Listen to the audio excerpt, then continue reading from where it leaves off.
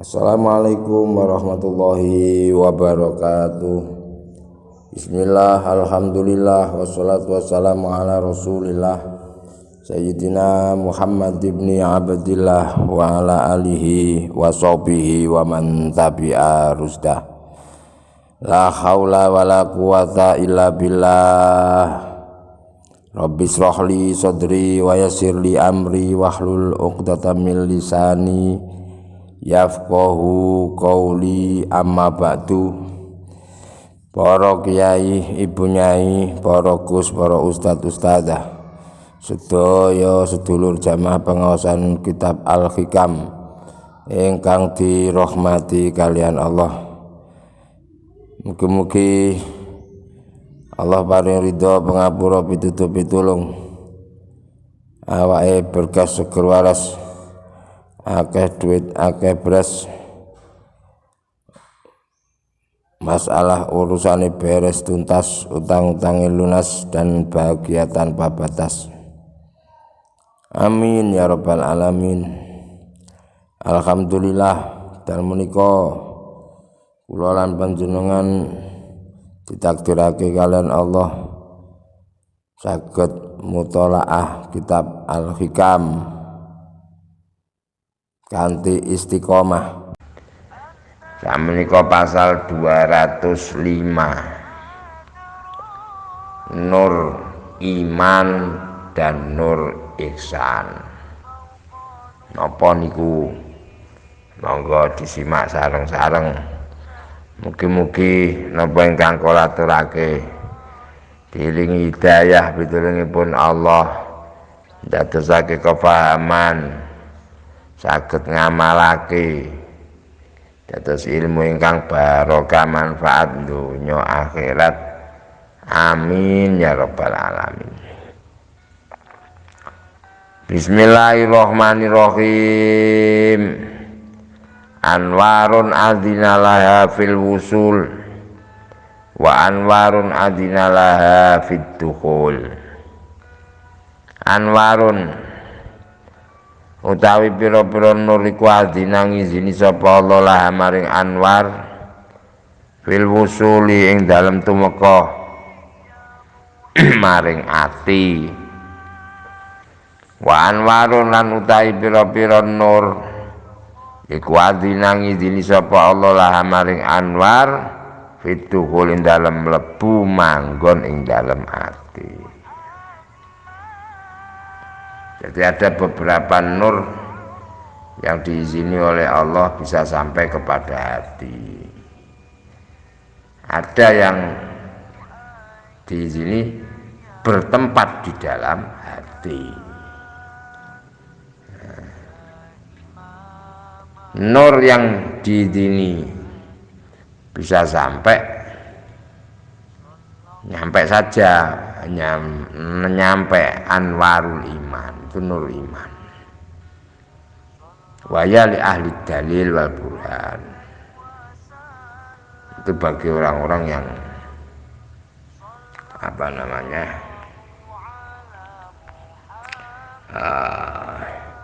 masih dalam proses pencarian bukti untuk keyakinan dan keimanan mereka. Lianna qulubahum lam tatafarraq minal aghyar. Jadi hatinya itu masih kadang-kadang diliputi perkara-perkara selain Allah. Makanya nur hanya sebatas lewat gitu aja.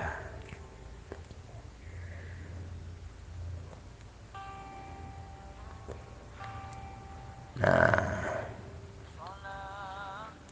kalau nur yang bisa masuk sampai bertempat di dalam hati itu adalah nur ihsan, karena dia sudah bisa bersahadah. Jadi syahadah itu sudah di atas iman. Jadi dia sudah menyaksikan, membenarkan, meyakini, kemudian bersaksi. Nah, adanya bisa syahadah berarti hati sudah bersih, sehingga nur bertempat di situ. Ketika nur sudah bertempat di dalam hati yang bersih, maka dia sebagai pasukan cahaya yang menghalau pasukan-pasukan kegelapan yang menimbulkan macam-macam sifat yang buruk. Jadi dua kelompok nur ilahiyah yang masuk ke dalam hati itu, yang pertama adalah nur iman, tapi hanya berhenti di luarnya saja, belum bisa menembus atau bertempat ke dalam hati, karena masih ada gambar-gambar yang selain Allah, dan masih ada penyakit-penyakit hati yang perlu disembuhkan. Ini biasanya terjadi bagi orang yang masih dalam proses suluk, proses perjalanan, belum istiqomah zikirnya, ya masih kadang ingat Allah, kadang tidak, kadang masih menuruti syahwatnya, itu sebatas lewat saja, hanya singgah saja. Nah, yang kedua adalah nur ihsan, nur yang sudah bisa masuk dan bertempat di dalam hati, karena hatinya sudah bersih dari gambar-gambar dan sudah bersih dari macam-macam penyakit, sehingga nur itu tadi bertempat di dalam hatinya. Ini yang orang yang sudah bisa istiqomah, selalu zikir pada Allah qiyaman wa qu'udan, sehingga dia musyahadah. Nah, ini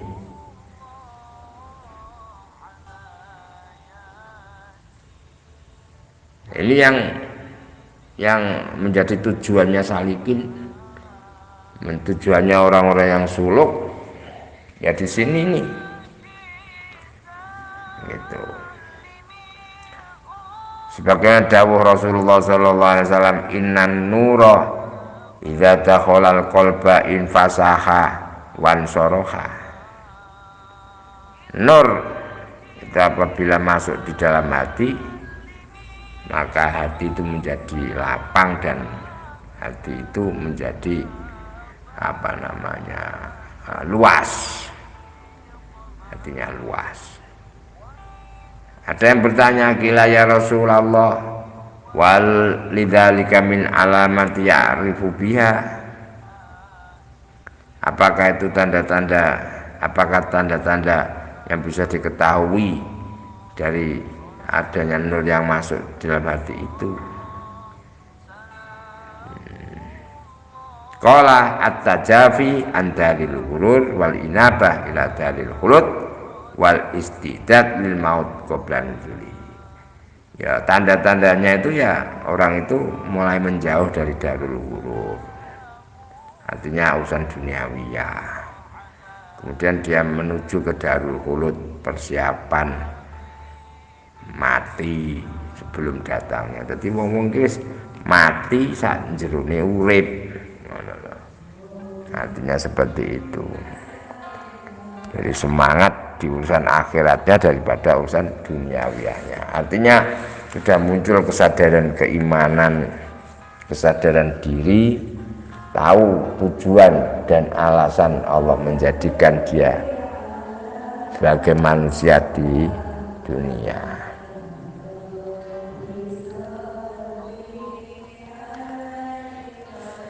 Jadi cahaya yang hanya sampai pada zahirnya hati, masa jadenang hati. Nah, dengan cahaya itu orang-orang sudah bisa menyaksikan dirinya sendiri.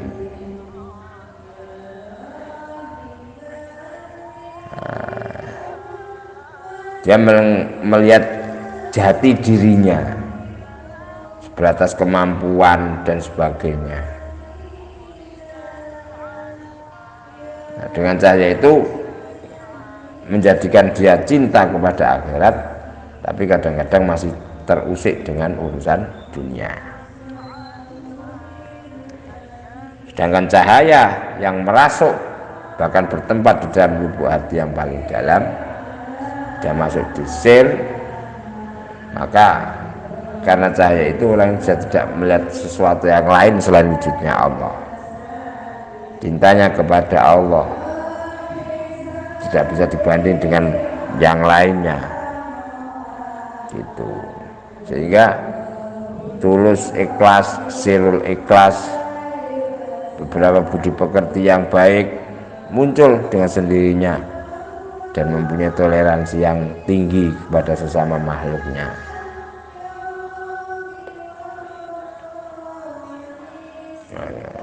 Dengerannya mau ngono tok. Jadi kalau nur itu masih di luar, kadang-kadang masih membanggakan diri dan sebagainya.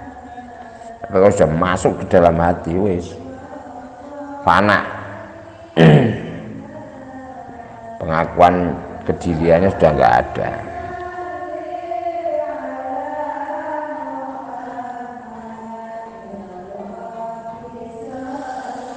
Jadi gambarannya Syekh Abu Thalib Al-Makki dawuh, kecintaan seorang hamba itu dapat dilihat apabila ia telah dapat memilih dan mendahulukan urusan Gusti Allah daripada urusan hawa nafsunya, mendahulukan urusan Allah daripada urusan yang lainnya. Itulah menunjukkan cinta yang sejati kepada Allah.